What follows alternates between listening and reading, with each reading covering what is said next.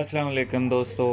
AH mobile and refrigeration में आपको खुशामदीद कहता हूँ। दोस्तों, आज की इस वीडियो में मैं आपको बताऊँगा कि सैमसंग J110 जो मोबाइल है वो अगर लोगों पे हैंग हो तो किस तरह ठीक करते हैं, कौन कौन से मेथड होते हैं। तो दोस्तों, शुरू करने से पहले आपसे गुजारिश है कि अगर आपने अभी तक हमारा channel AH mobile and refrigeration subscribe नहीं किया तो जल्दी से उसको सब्सक्राइब करके साथ बेल आइकन को दबा लें ताकि मज़ीद आप इस तरह की वीडियोस देख सकें।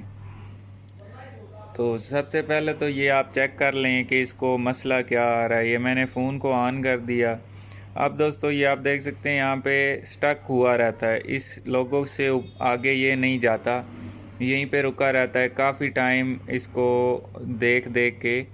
तो ये जनाब आगे नहीं जा रहा।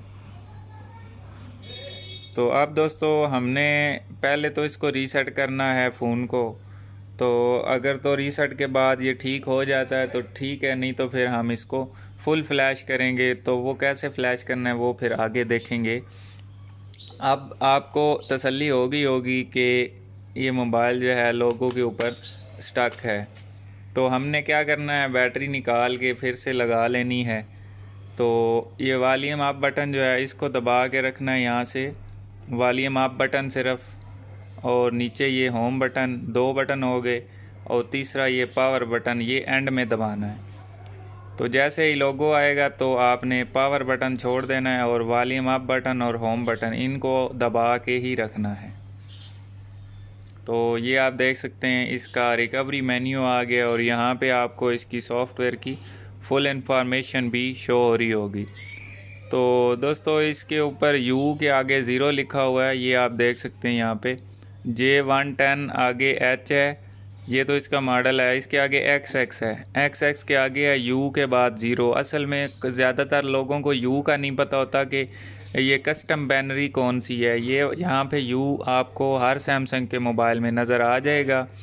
अब हमने क्या करना है, वॉल्यूम डाउन जो बटन है उसकी मदद से इसको लाना है वाइप डाटा फैक्ट्री रीसेट पे।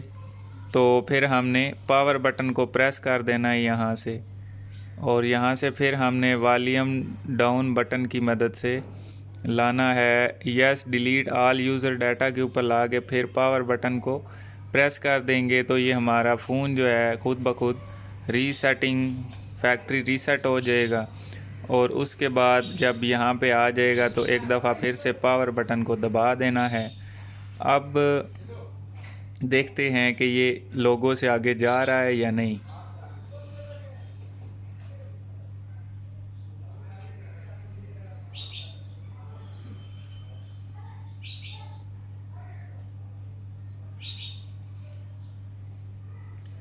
तो अभी भी दोस्तों आप देख सकते हैं ये लोगों के ऊपर ही स्टक हुआ है, तो आगे नहीं जा रहा। तो इसको अब हम फ्लैश करेंगे क्योंकि फ्लैशिंग के बाद ही ये ठीक हो सकेगा। तो चलिए दोस्तों, कंप्यूटर की तरफ चलते हैं, लेकिन उससे पहले आपको बता दूं कि आपने कनेक्ट करना है मोबाइल। कनेक्ट किस तरह करना है, यहाँ से पहले हमने वॉल्यूम अप बटन दबाया था, अब वॉल्यूम डाउन बटन दबाएंगे। Volume down button, home button और ये पावर, तीन ये बटन दबा के रखने हैं। तो जब ये मेन्यू आ जाए तब सारे छोड़ देने हैं और वॉल्यूम अप बटन एक दफ़ा दबा देना है। ये चला जाएगा डाउनलोडिंग मेन्यू पे। तो फिर हमने इसमें USB कनेक्ट कर देनी है। ये जैसे ही कनेक्ट होगी तो फिर आगे काम कंप्यूटर पे है। अब दोस्तों, ये मेरे पास इसकी कंप्यूटर में फ़ाइल पड़ी हुई है, तो इसको हम एक्सट्रैक्ट कर लेते हैं। तो ये आप दोस्तों देख सकते हैं एक्सट्रैक्टिंग शुरू हो गई है। यहाँ पे ये हमारे पास इसका फ़ोल्डर बन गया है। तो ये ऊपर आप फाइल भी देख सकते हैं, ये फ़ाइल है। तो यहाँ से हम इसका लिंक कॉपी कर लेंगे, ठीक है। उसके बाद हमने जाना है ये ओडिन जो सॉफ्टवेयर है इसमें।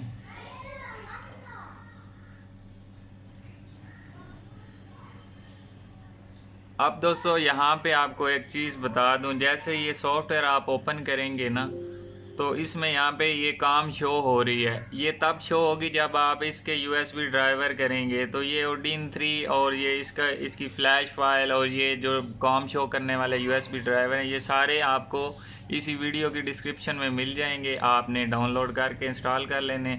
अब यहाँ पे वो जो हमने एड्रेस कॉपी किया था पेस्ट करके ओपन करेंगे तो ये फ़ाइल हमारे पास आ जाएगी। इसको हमने यहाँ से ओपन कर लेना है।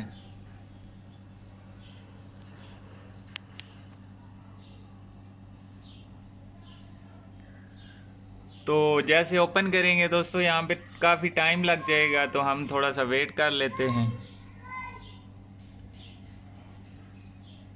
ये आप देख सकते हैं आ गई है। अब हमने सिंपल यहाँ पे स्टार्ट का बटन दबा देना है। तो ये फ़ाइल आप देख सकते हैं इसमें इंस्टॉल होना शुरू हो गई है।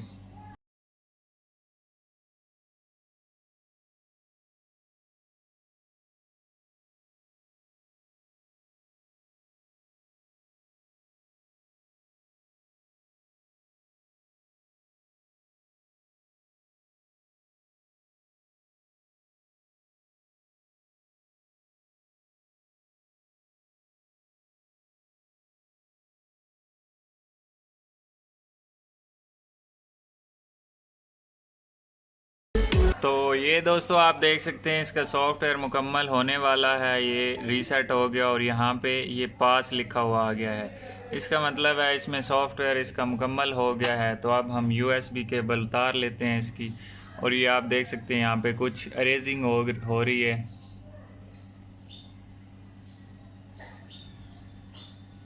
और ये आप फ़ोन भी देख सकते हैं अभी हमारा ऑन हो गया। और इसके बाद यहाँ पे तो ये पहले स्टक हुआ रहता था। आप देखते हैं कि आगे जा रहा है या नहीं। और दोस्तों ये आप देख सकते हैं आगे जा रहा है। इसका मतलब है इसका जो सॉफ्टवेयर है वो उसका ही मसला था। तो दोस्तों आप भी इसी तरीक़ा की मदद से अगर आपके मोबाइल को ये मसला हो जाता है, स्टक हो जाता है, तो आप इसी तरीक़ा की मदद से इसको ठीक कर सकते हैं। दोस्तों मैंने तरीका आधा बताया है क्योंकि इसमें मैंने यूएसबी ड्राइवर इंस्टॉल नहीं किए और फाइल डाउनलोड नहीं की। ये सारा सिस्टम आपने खुद करना है। बाकी इंस्टॉलिंग वगैरह जो करनी होती है वो इसी तरीका की मदद से होती है।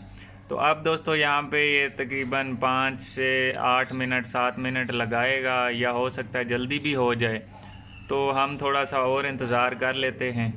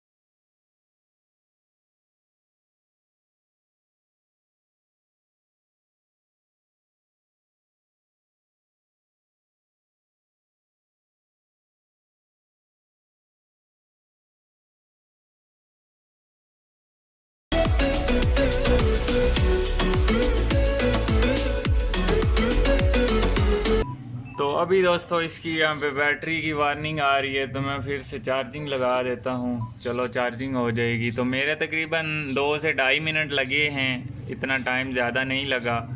तो अब यहाँ पे वेलकम मेन्यू से आगे नेक्स्ट नेक्स्ट करते जाते हैं। और ये पुराना फ़ोन है, इसको FRP नहीं होगा।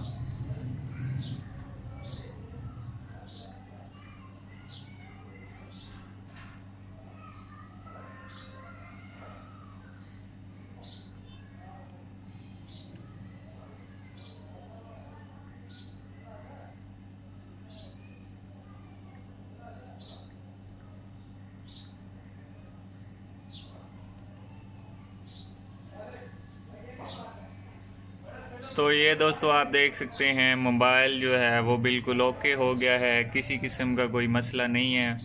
वेलकम मेन्यू से भी आगे आ गया है।